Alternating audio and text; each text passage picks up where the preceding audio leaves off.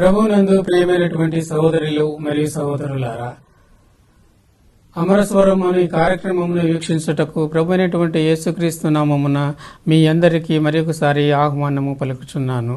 ప్రభు అయినటువంటి యేసుక్రీస్తు నామమున మీ అందరికీ శుభాకాంక్షలు తెలియచేయుచున్నాను. ముందు మాట, మీరు పాపమునకు దాసులై యుంటిరిగాని ఏ ఉపదేశ క్రమమునకు మీరు అప్పగింపబడితిరో దానికి హృదయపూర్వకముగా లోబడినవారే పాపము నుండి విమోచింపబడి నీతికి దాసులైతిరి. ఇందుకు దేవునికి స్తోత్రము. రోమా 6వ అధ్యాయము 17-18 వచనాలు. వాక్య పఠనము. రోమీయులకు రాసిన పత్రిక 12వ అధ్యాయము 18-19 వచనములు చదువుకొనిదము. రోమీయులకు రాసిన పత్రిక 12వ అధ్యాయము 18 మరియు 19వ వచనములను చదువుకొనిదము. శక్యమైతే మీ చేతనైనంత మట్టుకు సమస్త మనుషులతో సమాధానముగా ఉండుడి. ప్రియులారా, మీకు మీరే పగ తీర్చుకొనక దేవుని ఉగ్రతకు చోటియుడి. పగ తీర్చుట నా పని, నేనే ప్రతిఫలమునిత్తును అని ప్రభువు చెప్పుచున్నాడని వ్రాయబడి ఉన్నది. ఈ లేఖనములను ఆధారము చేసుకొని నేనే ప్రతిఫలమిత్తును అనే అంశాన్ని గురించి ధ్యానము చేసుకున్నదము. నేటి ధ్యానాంశము నేనే ప్రతిఫలమిత్తును. ఈ మాటలను మన ప్రభు అయినటువంటి దేవుడు చెబుతున్నట్లుగా మనము చూస్తూ ఉంటున్నాము. కాబట్టి 18వ వచనంలో మనము చూసినట్లయితే, శక్యమైతే మనుషులందరితో కూడా సమాధానముగా ఉండుడి అన్నటువంటి విషయాన్ని ఇక్కడ మనము చూస్తూ ఉంటున్నాము. కాబట్టి ప్రతిఫలము అని మనము చూస్తుంటున్నాము. ప్రతిఫలము ఎవరిస్తున్నారు? నేనే ప్రతిఫలం ఇస్తాను అని ప్రభువు చెబుతున్నాడు. ప్రభువే ప్రతిఫలము ఇచ్చువాడు. మనుషులు చేయనటువంటి ప్రతి కార్యములకు ప్రతిఫలమునిచ్చినటువంటి వాడు మన ప్రభు అయినటువంటి దేవుడే అన్నటువంటి విషయాన్ని ఇక్కడ మనము చూస్తూ ఉంటున్నాము.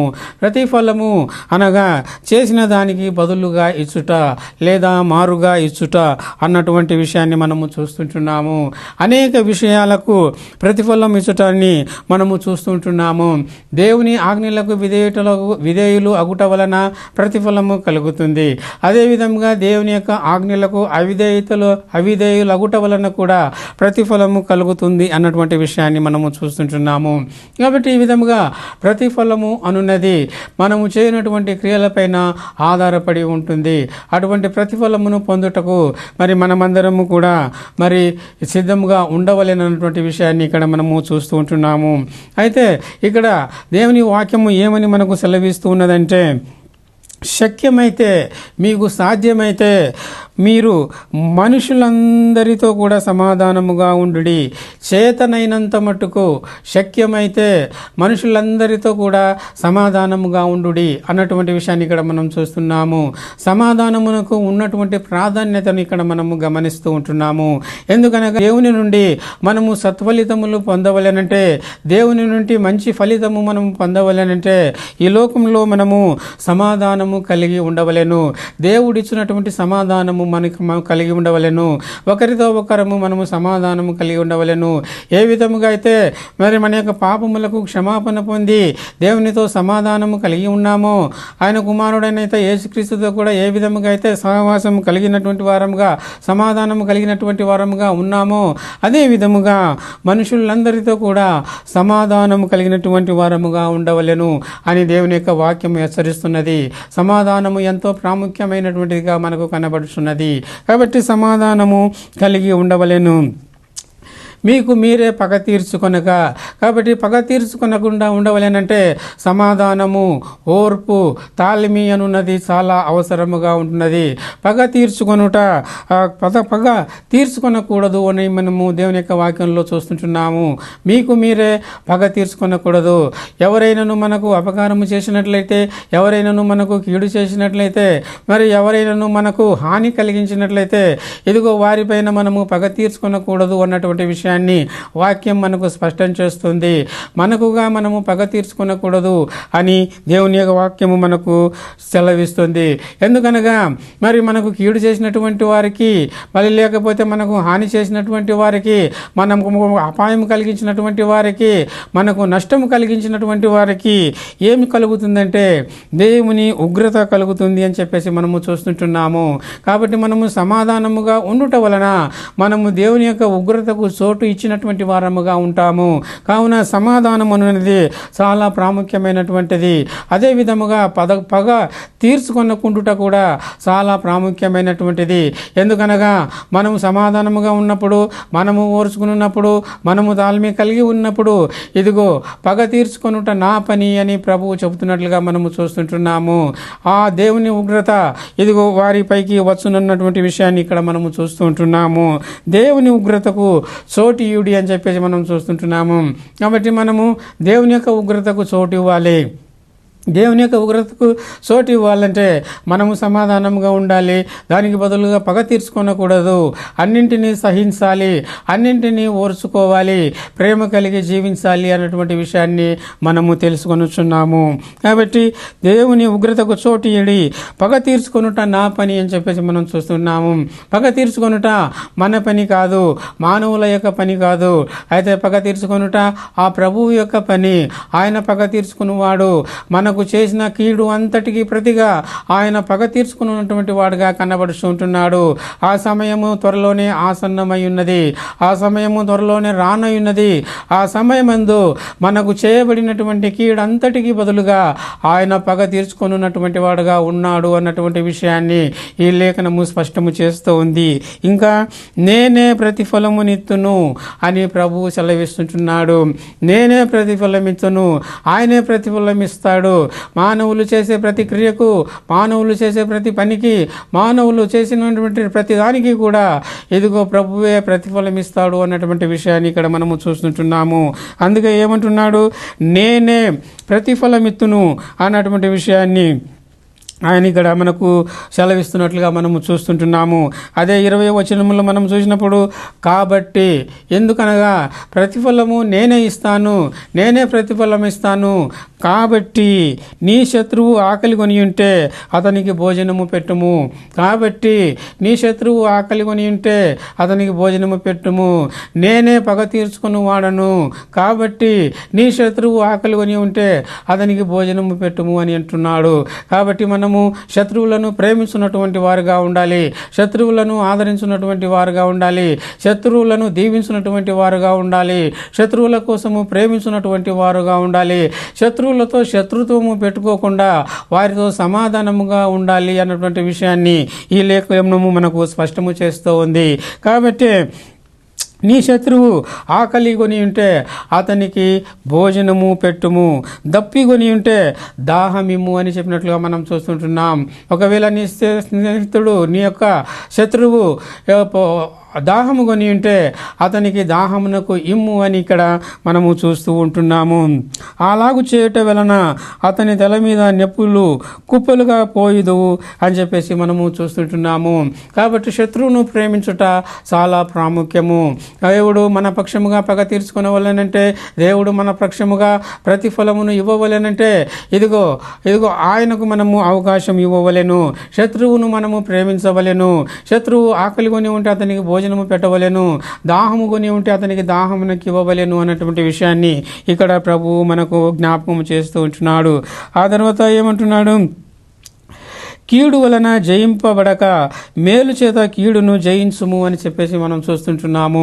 కాబట్టి కీడు చేత మనము జయింపబడకూడదు, అనగా కీడుకు ప్రతి కీడు మనము చేయకూడదు.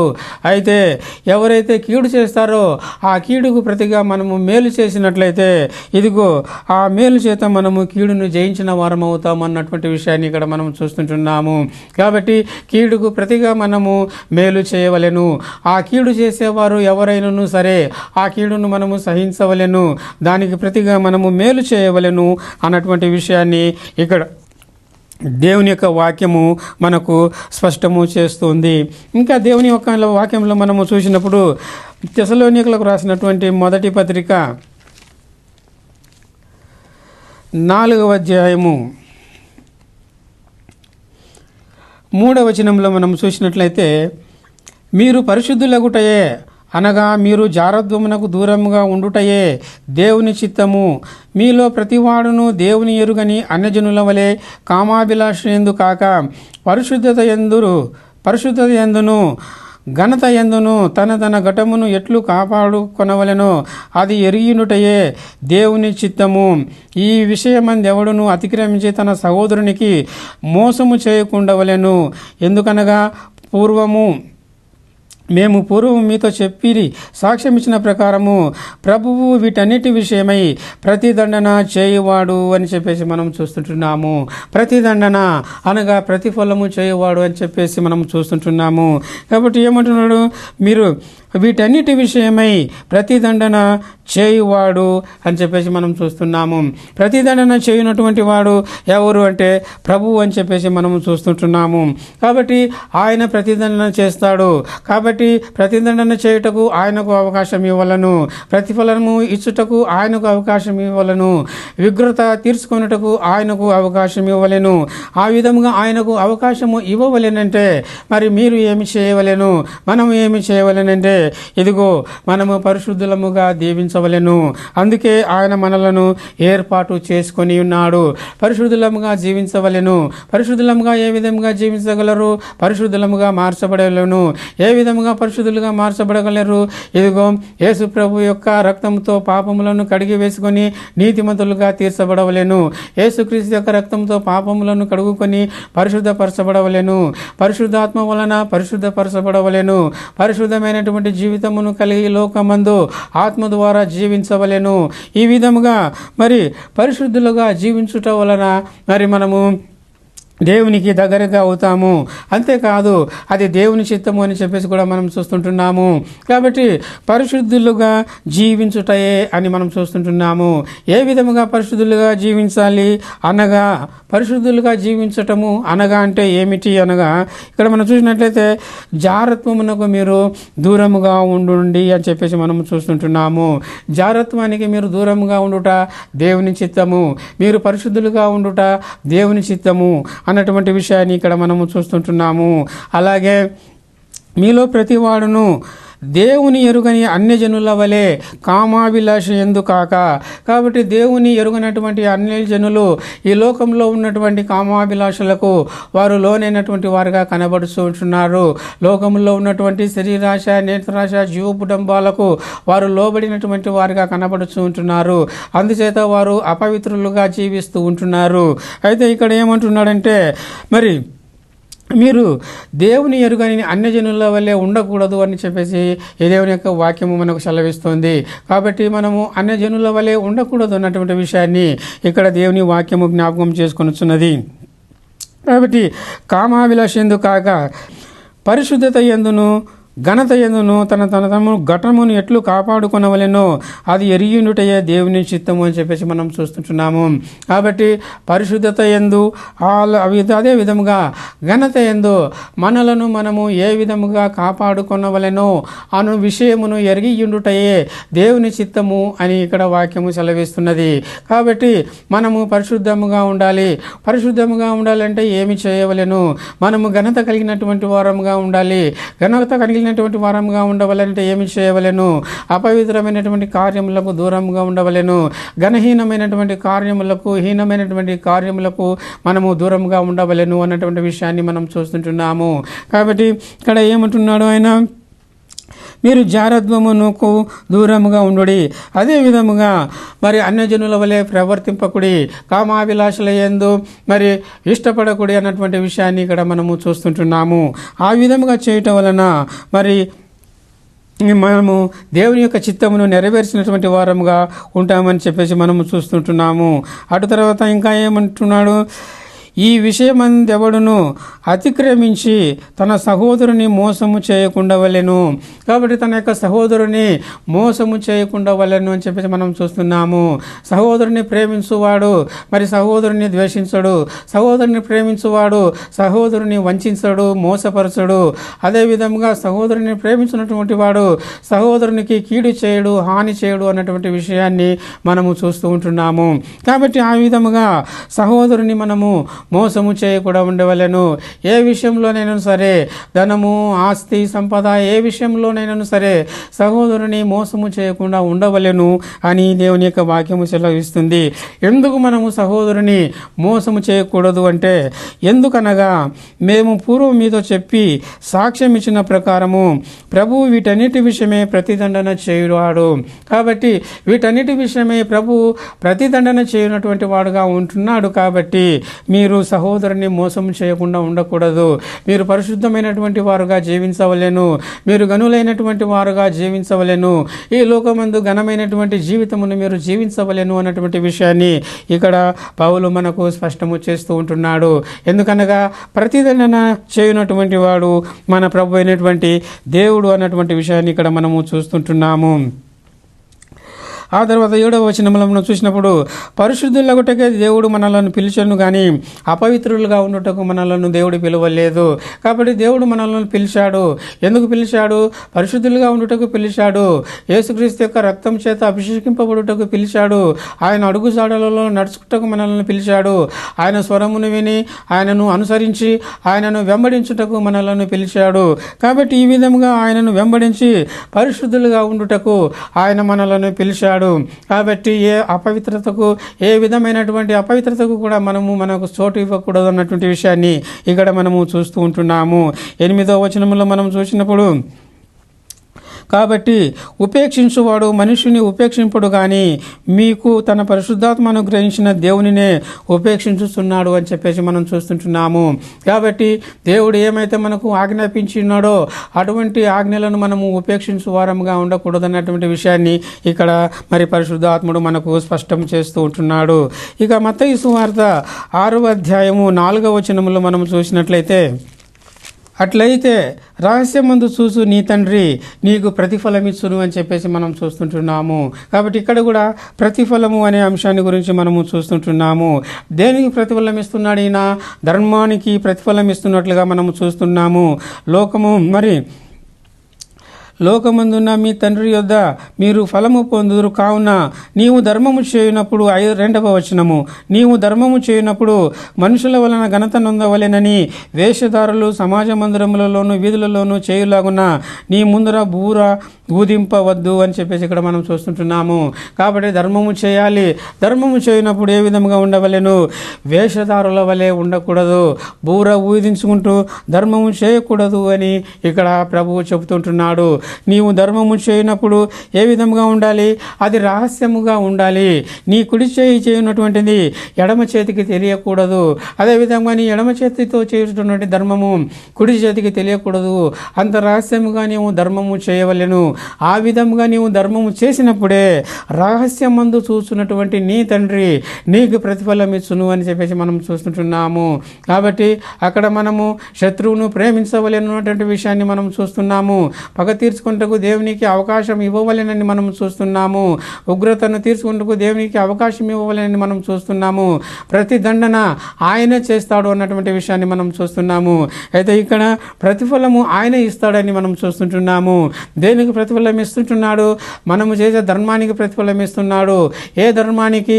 రహస్యంగా చేయనటువంటి ధర్మానికి ఆయన ప్రతిఫలము ఇస్తున్నాడు అన్నటువంటి విషయాన్ని మనము చూస్తూ ఉంటున్నాము. అదేవిధంగా 6వ వచనంలో మనము చూసినప్పుడు, నీవు ప్రార్థన చేయనప్పుడు నీ గదిలోనికి వెళ్ళి తలుపు వేసి రహస్యమందు నీ తండ్రికి ప్రార్థన చేయము. అప్పుడు రహస్యమందు చూసు నీ తండ్రి నీకు ప్రతిఫలమిచ్చును అని మనం చూస్తుంటున్నాము. ఇక్కడ కూడా ప్రతిఫలము అనే మాటను మనం చూస్తుంటున్నాము. మనము దేవునికి ప్రార్థన చేయనటువంటి వారంగా ఉండాలి. దేవునితో మాట్లాడినటువంటి వారంగా ఉండాలి. దేవునితో సహవాసం చేయనటువంటి వారంగా ఉండాలి. దేవుని యొక్క మాటలను వినున్నటువంటి వారంగా ఉండాలి. కాబట్టి దేవుడు మన యొక్క ప్రార్థనలు ఆలకింపవలెనంటే ఏ విధంగా ప్రార్థన చేయవలెను? గదిలోనికి వెళ్ళవలెను, తలుపులు మూసుకొనవలెను, రహస్యముగా ప్రార్థన చేయవలెను, రహస్యముగా చూసినటువంటి తండ్రికి ప్రార్థన చేయవలెను, రహస్యమందు ఉన్నటువంటి తండ్రికి ప్రార్థన చేయవలెను అని మనము చూస్తుంటున్నాము. ఆ విధముగా చేసినప్పుడు అప్పుడు రహస్యమందు చూసు నీ తండ్రి. కావున నీవు రహస్యంగా చేయనటువంటి ప్రార్థనను రహస్యమందు ఉన్నటువంటి తండ్రి రహస్యమందు చూసి ఆయన నీకు ప్రతిఫలము ఇచ్చును అన్నటువంటి విషయాన్ని ఇక్కడ మనము చూస్తూ ఉంటున్నాము. కాబట్టి ప్రార్థనకు ప్రతిఫలము పొందవలేనంటే ఇదిగో రహస్యమందు చూసినటువంటి దేవునికి రహస్యముగా ప్రార్థనము చేయలేని వారముగా మనము ఉండవలన్నటువంటి విషయాన్ని ఇక్కడ మనము చూస్తుంటున్నాము. అదే అధ్యాయము మరి 18వ వచనంలో మనము చూసినట్లయితే, అప్పుడు రహస్యమందు చూస్తున్న నీ తండ్రి నీకు ప్రతిఫలం ఇచ్చును అన్నటువంటి విషయాన్ని మనం చూస్తుంటున్నాము. ఇక్కడ కూడా ప్రతిఫలం అనే విషయాన్ని మనము చూస్తుంటున్నాము. దేనికి ప్రతిఫలము? ఉపవాసము ఉండి ప్రార్థన చేయు ప్రార్థనకు మరి ప్రతిఫలం ఇచ్చునని మనము చూస్తుంటున్నాము. కాబట్టి ఉపవాసం ఏ విధంగా ఉండాలి? మనుషులకు కనబడవలనని చేయనటువంటిది కాదు, వేషధారుల వలె చేయనటువంటిది కాదు. అయితే అది రహస్యమందు చేయవలసినటువంటిది, కేవలము తండ్రి అయినటువంటి దేవునికి మాత్రమే కనబడులాగున చేయవలసినటువంటిది.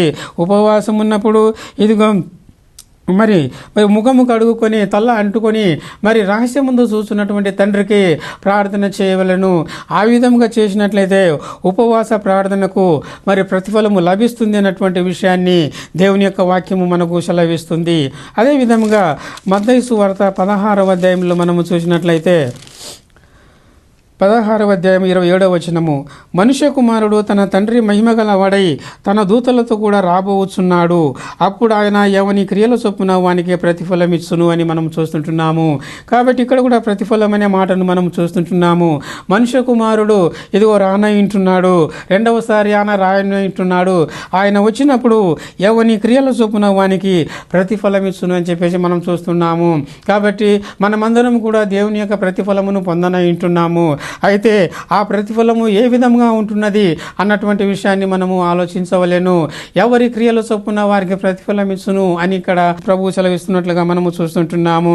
కాబట్టి ఆయన వస్తున్నప్పుడు మనము సత్క్రియలను చేయనటువంటి వారంగా ఉండవలెనని ఈ వాక్యము మనలను హెచ్చరిస్తూ ఉంటుంది. అదే విధముగా మత్తయి రాసిన సువార్త 25వ అధ్యాయము 41వ వచనంలో మనము చూసినట్లయితే, అప్పుడు ఆయన ఎడమ వైపున ఉండు వారిని చూచి, శపింపబడిన వారిలారా, నన్ను విడిచి అపవాదికిని వాని దూతలకును సిద్ధపరచబడిన నిత్యాగ్నిలోనికి పోవుడి అని చెప్పినట్లుగా ఇక్కడ మనము చూస్తూ ఉంటున్నాము. కాబట్టి ఇక్కడ మనం చూసినట్లయితే వారు చేసినటువంటి మరి ఆ క్రియలకు ఆయన ప్రతిఫలం ఇచ్చినట్లుగా మనము చూస్తుంటున్నాము. ఏమి క్రియలు? వారు మరి ఆకలి కొని ఉన్నప్పుడు ఆయనకు ఆహారము పెట్టలేదు, దాహము కొని ఉన్నప్పుడు ఆయనకు దాహము ఇవ్వలేదు, ఇదిగో దిగంబరిగా ఉన్నప్పుడు ఆయనకు వస్త్రములు ఇవ్వలేదు, ఇదిగో చెరసాలలో ఉన్నప్పుడు ఆయనను చూడవెళ్ళలేదు. ఈ విధంగా మరి వాళ్ళు చేయనందువలన వారిని శపించినట్లుగా మనము చూస్తుంటున్నాము. శపించబడిన వారిలారా, ఇదిగో అపవాదికిని వాని దూతలకును సిద్ధపరచబడిన నిత్యాగ్నిలోనికి పోవుడు అని ఆయన చెప్తున్నట్లుగా మనము చూస్తుంటున్నాము. కాబట్టి ఈ విధంగా మనం చూసినట్లయితే మరి దేవుడు ప్రతిఫలం ఇచ్చినటువంటి వారుగా కనబడుచున్నాడు. పూర్వకాలమందు జలప్రలయ సమయంలో అవిధేయులైనటువంటి వారికి ప్రతిఫలం ఇచ్చున్నాడు. సొదొమ గొమొర్రాలో మరి అవిధేయులైనటువంటి వారికి ఆయన ప్రతిఫలం ఇచ్చున్నాడు. కాబట్టి ఈ విధంగా దేవుడు అనేకమైనటువంటి క్రియలకు ఆయన ప్రతిఫలం ఇచ్చినట్టుగా మనము చూస్తుంటున్నాము. సత్క్రియలు చేయనటువంటి వారికి సత్ఫలితము, దుష్క్రియలు చేయనటువంటి వారికి ఆయన ఇదిగో నిత్యాగ్ని దండనను ఇచ్చినటువంటి వాడిగా కనబడుతూ ఉంటున్నాడు. కాబట్టి ఈ వాక్యం ఉన్నటువంటి సహోదరుడా, సహోదరి, నీవే విధముగా ఉంటున్నావు? నీవు పొందుతున్నటువంటి ఫలితము ఏ విధముగా ఉంటున్నది? నీవు చేస్తున్నటువంటి క్రియలు ఏ విధముగా ఉన్నది? ఒకసారి నిన్ను నీవు పరీక్షించుకొనుము. దేవుని నుండి నీవు సత్క్రియలను, ఆ సత్ఫలితములను నీవు పొందవలేనంటే ఈ రోజే ప్రభు అయినటువంటి యేసుక్రీస్తునందు విశ్వాసం ఉంచుము. ఆయన శిలువలో కార్చినటువంటి రక్తం చేత నీ యొక్క పాపములను కడిగి వేసుకొనుము. ఆయన ద్వారా పరిశుద్ధునిగా తీర్చబడము, నీతిమంతునిగా తీర్చబడము. నమ్మి బాప్తిస్మం పొంది రక్షణ పొందుము. అప్పుడు నీవు కూడా ఇదిగో ఆయన చేత ఆశీర్వదింపబడతావు.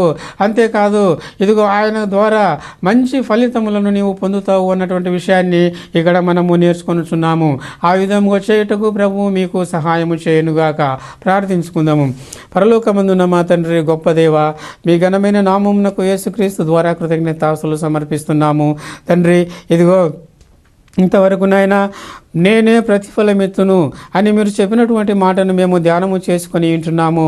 మీ చేతిలో పడుట భయంకరము తండ్రి.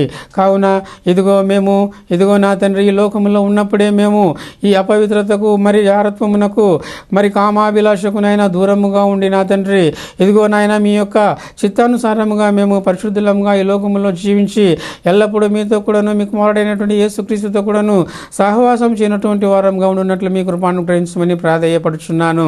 ప్రభువా, ఈ వాక్యం వినుచున్నటువంటి వారిలో మరి ఇంకా ఎంతమంది అయితే నాయన ఇదిగో అనారోగ్యంతో ఉన్నారో వారందరినీ కూడా ముట్టండి, స్వస్థపరచమని ప్రాధేయపడుచున్నాను. ఇబ్బందులలో సంకష్టాలలో ఉన్నటువంటి వారిని జ్ఞాపకం చేసుకుంటున్నాను. ప్రభువా, వారికి విడుదలను ప్రసాదం చేయమని ప్రార్థిస్తున్నాను. తండ్రి, కృప చూపించండి, సహాయం చేయండి. మా ప్రభు అయినటువంటి యేసుక్రీస్తు ద్వారా ప్రార్థించి వేడుకొంచున్నాను తండ్రి. Amen, amen, amen. సహోదరులు మరియు సహోదరులారా, ఇంతవరకు మరి అమరస్వరముని కార్యక్రమమును వీక్షించినందుకు మీకు నా హృదయపూర్వకమైనటువంటి వందనములు. తిరిగి వచ్చే వారము ఇదే సమయానికి ఇదే ఛానల్లో మళ్ళీ కలుసుకుందాము. అంతవరకు సెలవు. పరిశుద్ధాత్మ మీకు తోడై ఉండునుగాక. ఆమెన్.